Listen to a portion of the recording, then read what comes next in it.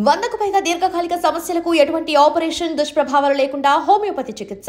అంటే ఈ సినిమా కోసం ఈ కథకు వై అనుష్క అంటే ఏం చెప్తారు సార్? అంటే తను అనుష్క తప్ప ఇంకెవరున్నారండి?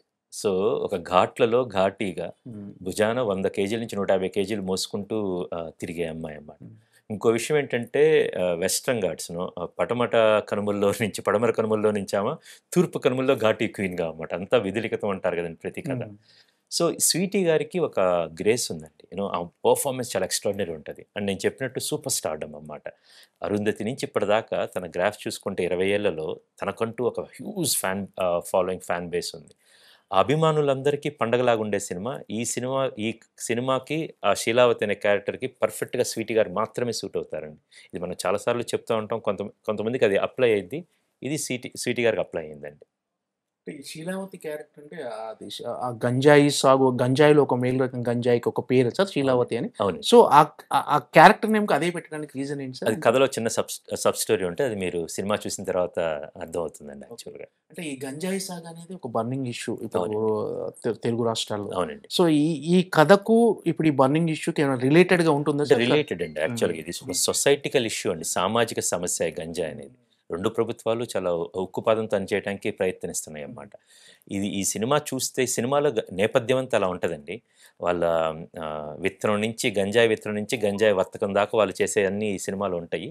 దాన్ని వీళ్ళ ఘాటీలేంటి, డిఫరెంట్ ఆ ఎకోసిస్టమ్ ఏంటి, దాన్నెలా ఓవర్‌కమ్ చేశారనేది చాలా ఆ గ్రాఫ్ అంతా క్లియర్‌గా సినిమాలో ఉంటదండి. అంటే అనుష్క గారి క్యారెక్టర్ ఏంటి సార్? అంటే ఈ గంజాయి నిర్మూలనకు ఆమె ఏమన్నా నడుము కట్టి అలా అది ఏంటి సార్? సినిమా చూడాలండి. ఒక ఘాటి, ఆ! ఒక విక్టిమ్, ఒక క్రిమినల్, ఒక లెజెండ్. దీని మధ్యలో జరుగుతుందండి. మొత్తం ఇప్పుడు కథ చెప్పేస్తే రేపు ఎలా అండి ఇంకా 24 గంటలు కూడా లేదు. లేదు సార్. అంటే ఈ సినిమాలో అనుష్క గారికి ఒక 8 యాక్షన్ ఎపిసోడ్‌లు ఉన్నాయని అన్నారు సార్. అవి యాహ్! చాలా హైలైటింగ్‌గా ఉండబోతుంది సినిమాలో అవును. అంటున్నారు. సో, అంటే ఒక జాన్రానే యాక్షన్ జాన్రాగా ట్రీట్ చేస్తూ తీసిందండి. హ్మ్. ఇది చెప్పాలనుకున్న కథని యాక్షన్ దట్టించి చెప్పడానికి చేసిన ప్రయత్నం అండి. Hmm. So, you will see Anushka garu ఒక 100 కేజీల బస్తాని లేపినా, 100 కేజీల మనిషిని ఎత్తి కొదేసినా కూడా చాలా చూడటానికి నేచురల్‌గా ఆమె మాత్రమే చేయగలదన్నట్టు ఉంటదండి. హ్మ్. దట్ యూ విల్ సీ అండి. ఇంకా అనుష్క గారు ఉన్న మిగతా క్యారెక్టర్‌లు ఏంటి సార్? ఎలాంటి స్ట్రాంగ్ 'విక్రమ్ క్యారెక్టర్‌లు? ప్రభు' గారు 'దేశీరాజు' అనే క్యారెక్టర్ చేశారండి. ఈ 'దేశీరాజు' క్యారెక్టర్ రాసుకున్నప్పుడే ఆయన అనుకున్నాం. ఎందుకంటే ఆయన ఫిల్మోగ్రఫీలో ఇలాంటివి చాలా ఉన్నాయండి యాక్చువల్‌గా.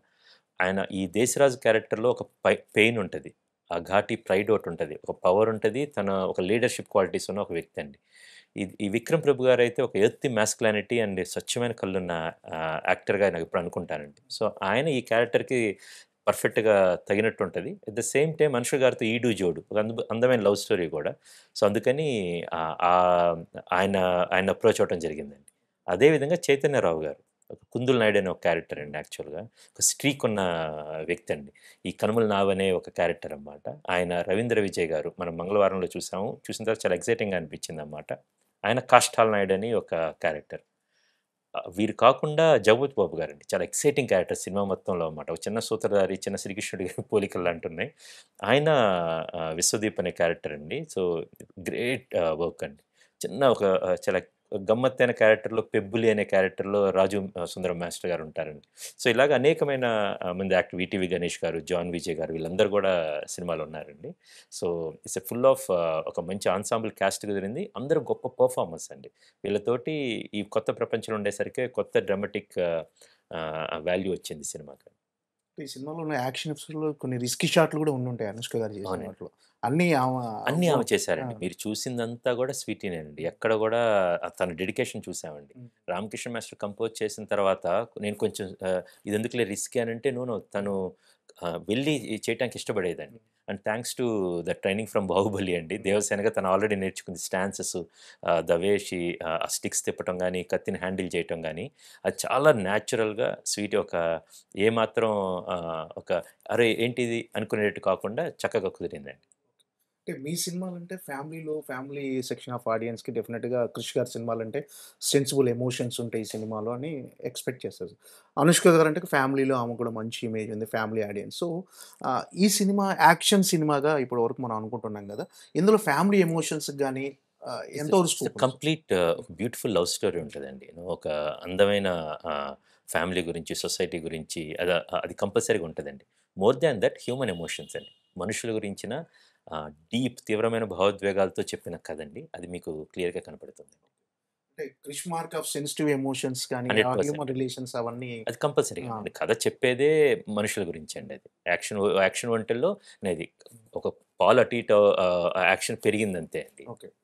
అంటే క్రిష్ గారి సినిమాలంటేనే కొంచెం ఇంటలెక్చువల్ సినిమాలని, ఇంటలెక్చువల్ డైరెక్టర్ అని ఒక మార్క్ ఉంది. అంటే ఒక సెక్షన్ ఆఫ్ ఆడియన్స్‌కి అలా అనుకుంటుంటారు కదా సార్. అంటే ఈ సినిమా కూడా అంత ఇంటలెక్చువల్‌గా ఉంటుందా స్క్రీన్ ప్లే అంటే లేకపోతే ఇంటలెక్చువల్ అనేది అంటే దాన్ని కాంప్లిమెంట్‌గా వాడొచ్చు, కంప్లెయింట్‌గా వాడొచ్చండి బేసికల్‌గా. నేనేంటంటే ఒక కథ ఎన్నుకున్న తర్వాత కథని పూర్తిగా 360 డిగ్రీల్లో నుంచి దాన్ని ఒక ల్యాండ్ చేస్తానండి.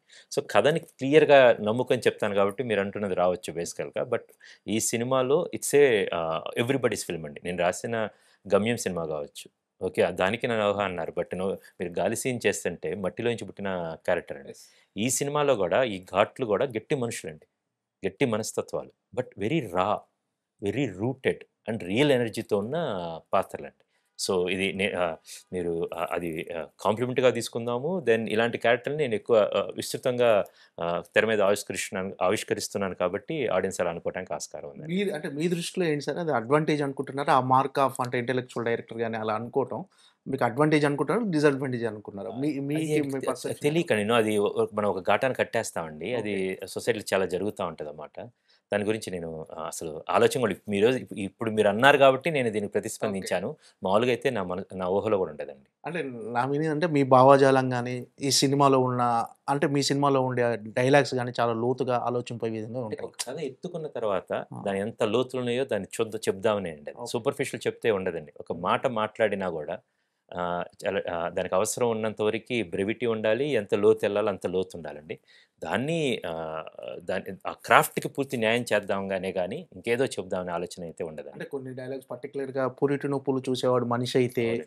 అవునండి. పడక సుఖం చూసేవాడు పశువవుతాడు. అవునండి. సో, సో, అది అలాంటి అంటే దానికి అక్కడ అవసరం వచ్చింది చెప్తున్నాం. అంటే చాలా తక్కువ సినిమాల్లో అలా చెప్తున్నారు కాబట్టి కొంచెం వేరుగా కనపడుతున్నాయండి. బట్ అన్ని సినిమాల్లో ఇంకా డైలాగ్స్ ఇంకా అన్నీ అలాగుంటే కనపడేది కాదండి.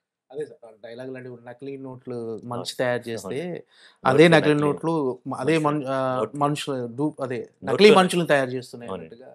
సో, ఇలాంటి డైలాగులు గాని అంటే మీ మార్క్ ఆఫ్ సినిమా అంటే మీరు ఏమి చెప్పాలనుకుంటున్నారు సొసైటీకి అవునండి. అనేవి ఈ డైలాగులు ప్రతిబింబిస్తాయి సార్. ఎగ్జాక్ట్. సో, అంటే ఇలాంటి ప్రతి ఒక్కళ్ళకి ఒక పందా ఉంటది. నేను ఆ పందాలో చూస్తున్నప్పుడు కొంచెం అలా చెప్తే చాలా బావుంటదని చెప్పి రాస్తున్నప్పుడు అలా వచ్చిద్దండి. అండ్ దట్స్ అవి నా స్ట్రెంత్ గూడా అండి. స్వతహాగా మీరు మంచి రచయిత సార్. మంచి రచయిత, మీరు పుస్తకాలు బాగా చదువుతుంటారు. ఒక రకంగా ఓ సాహిత్య ప్రియులు మీరు. అంటే మీరు ఇంకొకరి కథను అడాప్ట్ చేసుకొని సినిమా చేయటం ఎంతవరకు అంటే మీకు ఎంతవరకు కంఫర్ట్‌గా ఉంటుంది సార్ కథను అడాప్ట్? అద్భుతంగా అండి. ఫర్ హ్మ్. ఎగ్జాంపుల్ 'ముఖ్యే ముఖ్యే సరస్వతి' అంటారండి. మోర్ దాన్ థట్ వీళ్ళు ఇంకా చాలా గొప్ప క్రాఫ్ట్‌లో ఇంకా నాకన్నా ఎదిగి ఉన్నోళ్ళండి. చింతకింది శ్రీనివాసరావు గారు గొప్ప హ్మ్. నవలా రచయిత. ఈయనకి ఇలాంటి గురించి తెలుసు. దాన్ని తీసుకొస్తే నాకు ఇంకో తోడు దొరికిద్దండి. నేను 'గంధం నాగరాజు' గారు 'గమ్యం' సినిమాకి డైలాగ్స్ రాశారు. 'వేదం' సినిమాకి నేనే సంభాషణలు రాశాను. బట్ ఒకసారి బుర్రా సాయిమాధవ్ గారు పరిచయం అయిన తర్వాత నేను రాయగలను సంభాషణలు. బట్ ఆయన రాసే సంభాషణల స్థాయి వేరండి. ఆయన ఆలోచించే స్థాయి and is a great writer. Then ఇప్పుడు ఆయన he will lead that craft అన్నమాట. నాకున్నది కూడా నేను ఆయనకి అసోసియేట్‌గా, అసిస్టెంట్‌గా ఆహ్, ఆ విభాగంలో ఉంటానన్నమాట. సేమ్ ఒక సినిమాటోగ్రాఫర్ పనిచేస్తున్నప్పుడు కొన్నిసార్లు ఆయనే లీడ్ తీసుకుంటారు. అలాగే ఇది గూడా అండి. సో, నేను రాయగలిగినా గూడా ఆహ్, వేరే వాళ్ళ దగ్గర ఉంటే గనక చాలా అద్భుతంగా ఉంటది. ఇప్పుడు నాకు అలాంటి కథలు దొరికినియి. మన సన్నపరెడ్డి వెంకటరామరెడ్డి గారు గావచ్చు, డాక్టర్ చింతకింది శ్రీనివాసరావు గారు కావచ్చన్నమాట. ఇవి దొరికేసరికే ఈ కథ చెప్పాలనుంది. వాళ్ళకి దీని గురించి బాగా తెలుసు. వాళ్ళ దగ్గర నుంచి ఆ జ్ఞానాన్ని తీసుకుంటాము. ఆ కథను తీసుకుంటాము. దెన్ నాదైన స్టైల్‌లో నా స్క్రీన్ ప్లే పందాలో నేను ఎలా సినిమాటిక్‌గా చెప్పగలనని. నా క్రాఫ్ట్ ఇక్కడుంది. నేను నవల ఆయనలా లేను. అదే అండి. సినిమా వచ్చేసరికి సినిమా వచ్చేసరికి ప్రస్తుతానికి నేను దీన్ని సినిమాలాగా బాగా రూపాంతరం చేయించగలను. అందుకని నేను వాళ్ళ దగ్గర నుంచి తీసుకొని చేశానండి. ఈ 'ఘాటి' కథకి ఇన్‌స్పిరేషన్ ఏమైనా ఉందా సార్? ఎక్కడైనా ఒక నవల గాని లేకపోతే ఏదైనా కథ కాదు చింతకింది గారు ఆయన ఒక జర్నలిస్ట్‌గా తిరుగుతున్నప్పుడు రీసెర్చ్ బేసికల్‌గా ఆయన రీసెర్చ్ తోటి వచ్చింది. హ్మ్. అంటే సమాజంలో జరిగినయి అంటే ఇంతకుముందు జరిగినయి తీసుకొని ఆఫ్‌కోర్స్ యథాతథంగా ఇట్స్ ఎ ఫిక్షువస్ స్టోరీ. బట్ ఇలాంటివి జరుగుతూ ఉన్నాయన్నమాట. వాటిని తీసుకోవటం జరిగిందండి. ఓకే. అంటే 'క్రిష్' గారు ఆహ్, హిస్టారికల్ మూవీస్ చేయగలడు, సోషల్ డ్రామాలు చేయగలడు, మైథలాజికల్ సినిమాలు చేయగలడు. అంటే ఎనీథింగ్ ఏ సినిమా అయినా 'క్రిష్' గారు డెఫినిట్‌గా హ్యాండిల్ చేయగలడు. అలాంటి కథలను చాలా అద్భుతంగా ప్రెజెంట్ చేయగలరు. అంటే మీకు తగ్గ గుర్తింపు అంటే ఇన్ని రోజులు, ఇన్ని కథలు, ఇన్ని సినిమాలు మీకు తగ్గ కమర్షియల్‌గా మీకు తగ్గ గుర్తింపు వచ్చిందని మీరు అనుకుంటున్నారా సార్? చాలా సంతృప్తిగా ఉన్నాయండి. హ్మ్. సాటిస్ఫాక్టరీగా చాలా సంతోషంగా ఓకే. ఉన్నాయండి. 18 సంవత్సరాలుగా రిలవెంట్ ప్రతి ఫిల్మ్ ఒక జాన్రా తర్వాత జాన్రా చాలా గొప్ప టెక్నీషియన్స్ తోటి, చాలా గొప్ప నటులతోటి నేను పనిచేయటం జరిగిందండి. చాలా సాటిస్ఫాక్టరీగా ఉన్నాయండి. మీరంటున్న ఇంకా బ్లాక్ బస్టర్ అదంటే ఘాటితో తీరుతుందని చూద్దాము. తీరాలని ఆశిస్తున్నాను. At the same time it's a lot more films that will be coming from me which will be more exciting అండి. అంటే క్రిటికల్లీ అక్లెయిమ్ రావటం వేరు. జనాలు ఒక మంచి డైరెక్టర్ అని గుర్తింపు రావటం అన్ని ఒకవైపైతే కమర్షియల్‌గా ఒక రేంజ్‌కి ఒక ఒక ఒక పాన్ ఇండియా డైరెక్టర్ ఎదగటం గాని, కమర్షియల్ రేంజ్‌కి ఎదగటం వేరు సార్. ఆ వైపున ఏమన్నా కొంచెం అన్‌సాటిస్ఫై‌గా ఉన్నారని ఉండదండి. అదే మీరు తిప్పి తిప్పి అడిగినా కూడా నేను అదే చెప్తాను బేసికల్‌గా.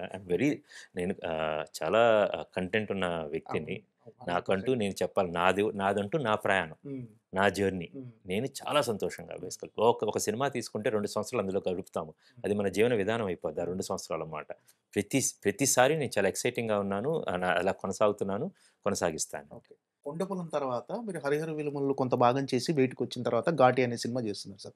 సో, మీకు క్రూషియల్‌గా ఈ సినిమా అంటే క్రూషియల్‌గా భావిస్తున్నారు. ఈ సినిమా సక్సెస్ చేయాలి అనే ప్రెషరు ఆ క్రూషియల్‌గా మీరు భావిస్తున్నారు. ఆ ప్రెషర్ దీని మీద ప్రతి ఉందా? సినిమా మీద ఉంటదండి. హ్మ్. దర్శకుడిగా రోలర్ కోస్టర్ లైఫ్ అండి. 'ఘాటి' సక్సెస్ అనేది చాలా ఆ ప్రెషర్ నా మీద ఉన్నా లేకపోయినా 'ఘాటి' సక్సెస్ ప్రతి సక్సెస్సు నాకు పనిచేసిన అందరికీ, ఈ సంస్థకి ప్లస్ సినిమా ఇండస్ట్రీకి గూడా అండి. థియేటర్‌లకి ఇట్స్ వెరీ క్రూషియల్ అండి.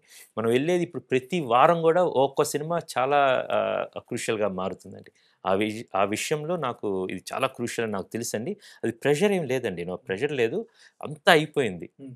నీట్‌గా సినిమా చేశాము. రేపు రిలీజ్ కాబోతుంది. కాము కూర్చొని ఐయామ్ జస్ట్ హోపింగ్ మీ అందరికీ నచ్చాలని నిజంగా మనస్ఫూర్తిగా కోరుకుంటున్నానన్నమాట. కలిసిన ప్రతి వ్యక్తిని they will watch the movie. They will love it and they are so many good souls that are blessing us and we are hoping that that those all will help us in getting a big success.